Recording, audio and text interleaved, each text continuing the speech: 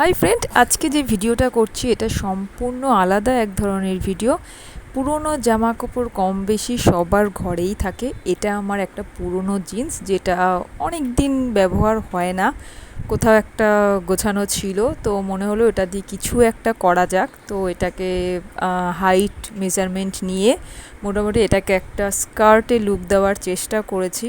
তো normal skirt করলে কী হলো, তো এটা দেখতে নর্মালি লাগতো, তো ওটাকে একটু সামনে একটু ফ্লাওয়ার দিয়ে একটু পুঁতি দিয়ে মোটামুটি সামনেটাকে একটু ডেকোরেট করার চেষ্টা করেছি। সবাই পুরো ভিডিওটা দেখো, দেখে বলো যে আমার ওল্ড জিন্সটাকে আমি নতুন লুক দিয়েছি, নতুন লুক দেওয়ার পর ড্রেসটা কেমন হয়েছে বা ড্রেসটায় আমাকে কেমন লাগছে।